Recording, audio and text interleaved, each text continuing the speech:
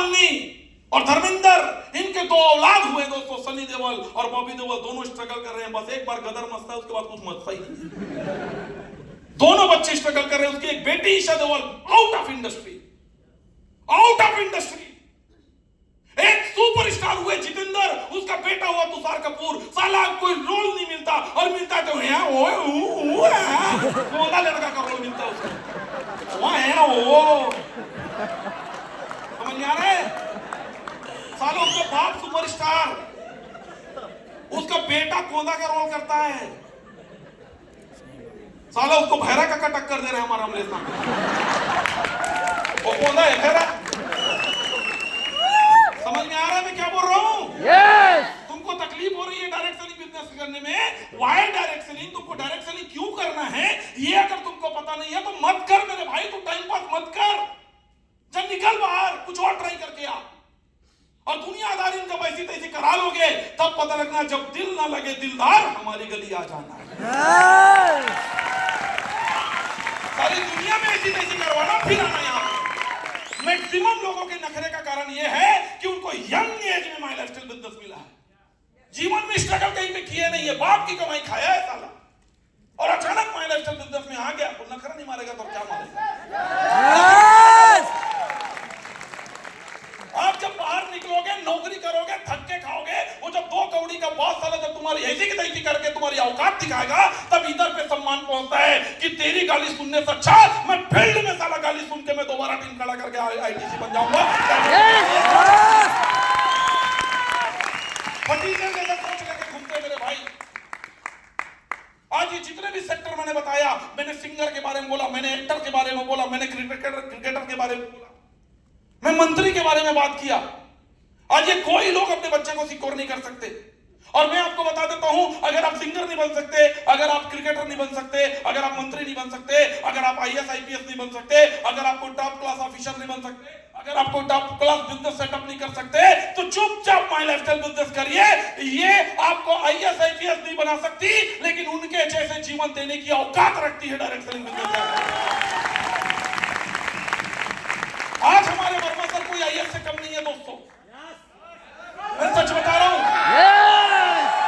IAS से कम नहीं है, किसी विधायक से कम नहीं है। और गारंटी देता हूं, जितेंद्र का बेटा तोतरा आज भी स्ट्रगल कर रहा है, इसका बेटा स्ट्रगल नहीं करेगा, मैं बोलता हूं।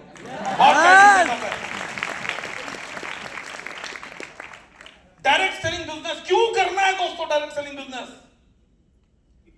बहुत खतरनाक तरीके से बातें होती है, लोग इसका मजाक उड़ाते हैं, और मैक्सिमम लोग वो मजाक उड़ाते हैं जो साले इस इंडस्ट्री में आके फटीचर की तरफ भाग जाते हैं, और भागने के बाद में होता है प्रोडक्ट बेस्ड कंपनी में ऐसा होता है वैसा होता है, इसलिए मैंने झोल झाल ऐसी तैसी करने वाली कंपनी ज्वाइन कर लिया है। क्योंकि प्रोडक्ट बेस्ड में स्ट्रगल है ना। अरे हम कब बोले हैं कि आज भर्ती कल मिथुन चक्रवर्ती? हमने कब कहा? हमने तो यही कहा है 5 साल 10 साल ऐसी की तैसी होगी तुम्हारी। अब डिपेंड करता है, बाहर में रहो तो परमानेंट ऐसी तैसी, माई लाइफस्टाइल में रहो तो टेम्पररी ऐसी तैसी। सुनना है आपको? क्या चाहिए, परमानेंट की टेम्पररी? परमानेंट की टेम्पररी। समझना पड़ेगा डायरेक्ट सेलिंग बिजनेस क्यों करना है मेरे भाई। मार्केट में गुमराह करने वाले लोग हैं। अभी एक शो हुआ था सर, मैं आपको बताता हूं, कपिल शर्मा को कौन नहीं जानता? सब जानते हैं। कपिल शर्मा के शो में अच्छे अच्छे सेलिब्रिटी लोग आते हैं। कोई अपने पिक्चर्स को प्रमोट करने आता है, कोई अपनी इंडस्ट्री को प्रमोट करने आता है, कोई अपने स्टार्टअप को प्रमोट करने आता है। कपिल शर्मा आज के टाइम पे बहुत बड़ा सुपरस्टार बन चुका है। एक ऐसी बात, एक ऐसा इंटरव्यू देखा सर, मेरा दिमाग खिल गया सर, मेरा रिस्पेक्ट बढ़ गया और इंडस्ट्री के बारे में। वहां पे 2 लीजेंड आए हुए थे, 2 लीजेंड। एक था इंफोसिस के मालिक नारायण मूर्ति और सुधा मूर्ति, मतलब दोनों पति पत्नी आए हुए थे। और एक थे गोयल जी। कौन है गोयल, पता है आपको? जोमेटो के मालिक, आपने देखा होगा। जोमेटो को जिन्होंने स्टार्टअप किया उनके ऑनर हैं गोयल जी, और जो इन्फोसिस के मालिक हैं वो है नारायण मूर्ति जी। दोनों आए थे, कपिल शर्मा की शो में बातें हो रही थी, और बातों ही बातों में नारायण मूर्ति साहब एक बात बोलते हैं, इन्फोसिस कितनी बड़ी कंपनी आपको पता है? 100 जोमेटो समा जाएगा इन्फोसिस में, इतनी बड़ी कंपनी है। क्या बोल रहा हूं, समझ में आया? 100 जोमेटो समा जाएंगे इन्फोसिस में, इतनी बड़ी कंपनी इन्फोसिस है।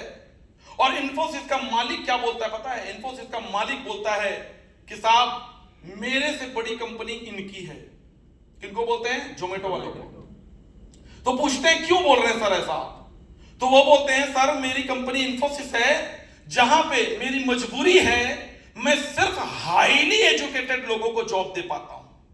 मेरे यहां आईआईटी टॉपर, आईआईएम टॉपर, मेरे यहां सब टॉपर लोग जॉब करते हैं सर, एवरेज 10वीं 12वीं फेल लोगों को मैं जॉब दे नहीं पाता, ये मेरी मजबूरी है।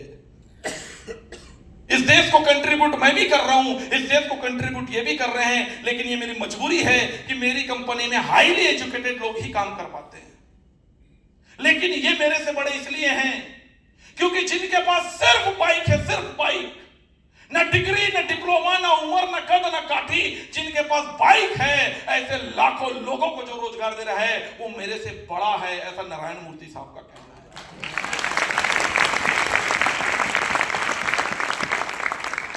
और इस इंटरव्यू में गलती से कपिल शर्मा ने एक आदमी को मिस कर दिया। अगर उधर ही बाजू में प्रवीण चंद्रन सर बैठे होते, दोनों खड़े होकर नमस्कार बोलते, क्योंकि मेरी कंपनी में आईआईटी टॉपर काम करता है, इसकी कंपनी में बाइक वाला काम करता है। अरे जिसकी कंपनी में जिसके साले हाथ पैर नहीं है वो लोग सक्सेस होते हैं। सबसे बड़ी कंपनी कुछ नहीं है, जिनके पास हाथ पैर नहीं है, कुछ नहीं है, वो लोग तक महाराष्ट्र में करोड़पति बन रहे हैं मेरे भाई। ये वो इंडस्ट्री है। आपको मजाक लगता है? धन्यवाद। देखिए, आपको मजाक लगता है। डायरेक्ट सेलिंग बिजनेस कर क्या रहा है? आप समझ नहीं पा रहे मेरी बात को भाई। इसलिए कर रहे हैं डायरेक्ट सेलिंग बिजनेस। एक बड़ा आदमी एक छोटे आदमी को ये बोल के अप्रिशिएट कर रहा है क्योंकि मेरे टर्नओवर पे मत जा, तू कितने लोगों को हेल्प कर रहा है इस पे जा। आज मुझे आप बताइए, सब कोई दिल पे हाथ रख के बोलिए, जितना कंट्रीब्यूट आज डायरेक्ट सेलिंग इंडस्ट्री कर रही है इंडिया में, कोई दुनिया का माइकल लाल कोई बिजनेस हो तो बता दो इतना कंट्रीब्यूट कर रही होगी? नहीं। तो क्यों नाटक